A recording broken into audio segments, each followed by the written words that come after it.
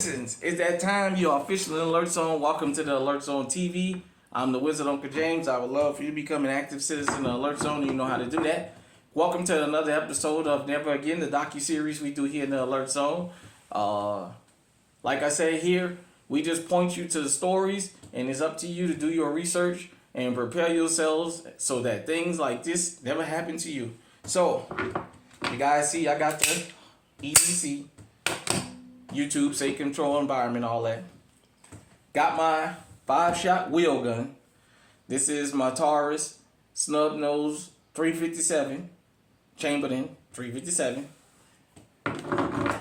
And got my Mossberg 535,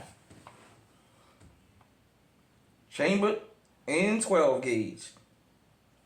And these two firearms represents the very next episode we're going to do about that. And this episode is about the Deacons of Defense. For those of you who have never heard of the Deacons of Defense, we're going to do a quick dive into that. Let's get right into it. And this is per Wikipedia. Deacons for Defense and Justice. The Deacons for Defense and Justice was an armed African-American self-defense group founded in November 1964 during the Civil Rights era in the United States in the mill town of Jonesboro, Louisiana, my home state, Louisiana. You guys already know I'm a New Orleanian. On February 21st, 1965, the day of Malcolm X's assassination, the first affiliated chapter was founded in Bogalusa, Louisiana, followed by a total of 20 other chapters in this state, Mississippi, Arkansas, and Alabama. It was intended to protect civil rights activists and their families threatened both by white vigilantes and discriminatory treatment by police under Jim Crow laws.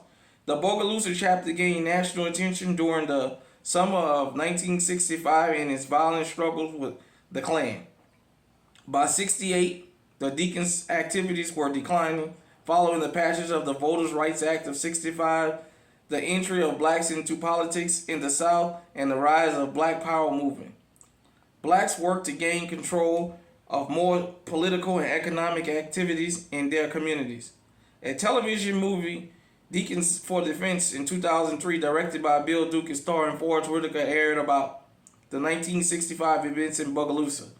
The movie inspired Marceline Lee Miller, I know I destroyed that name, to meet Deacon Hicks at his Hicks house in Bogalusa, Louisiana.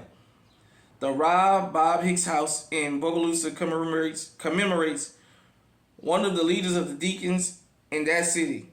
It was listed on the National Registry of Historic Places in 2015. Fundraising continues for a civil rights museum in Bogalusa to honor the work of the Deacons of Defense. It was expected to open in 2018.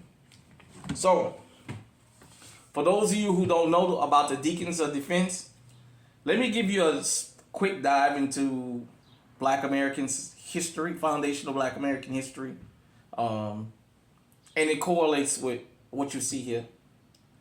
When we walked off the plantations, we walked off with nothing. You know, we had Reconstruction, we had things like that where in the 12-year period we built over 60 towns with our own hands, on our own. You guys already know about the racial massacres and the racial terrors that happened, along with the government assistance.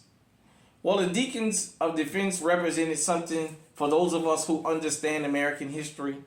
The Black church, before it became a 501c3, was the strongest entity or the strongest institution in the community.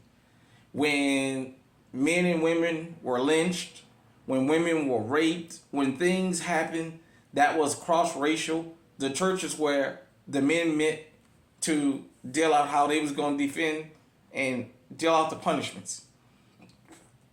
They would put the women and children in a safe place. They would get, back then, their revolvers and their shotguns. I know the world is used to us being docile and told we were docile, but that's not the full truth. We did have defense mechanisms before, during, and after the Panthers. So the Deacons of Defense did patrols of the neighborhoods.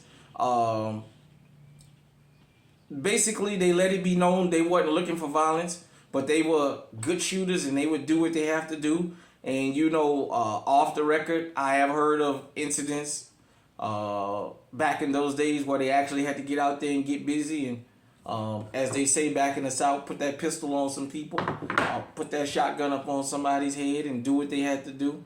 But the Deacons for Defense, once they gained what the mission was, they backed out. They didn't want to be viewed, or they wasn't out there looking for clout, as they say nowadays. They were not looking to be some kind of celebrities. All they wanted to do was have the right to run the community and live their lives in peace. As I always tell you, there's no sovereign nation without a firearm. There is no gated community without firearms. Even if they have private security, that security has to be armed. You can't have a thriving community if you can't protect yourself. You can't have a thriving family if you can't protect yourself.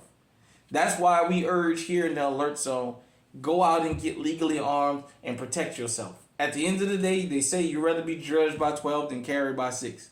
Once the Deacons for Defense completed their goal and their mission, they disbanded. So, as that being said, leave me in the comment section. Let me know what you think about the Deacons of Defense. And did you even know anything about this story? As I said, they were not a vigilante group that went around looking for trouble. All they were was a group of men that just wanted to protect the community. That's it. That's all the community has been about since we walked off the plantation. That is why the church has become a 501c3.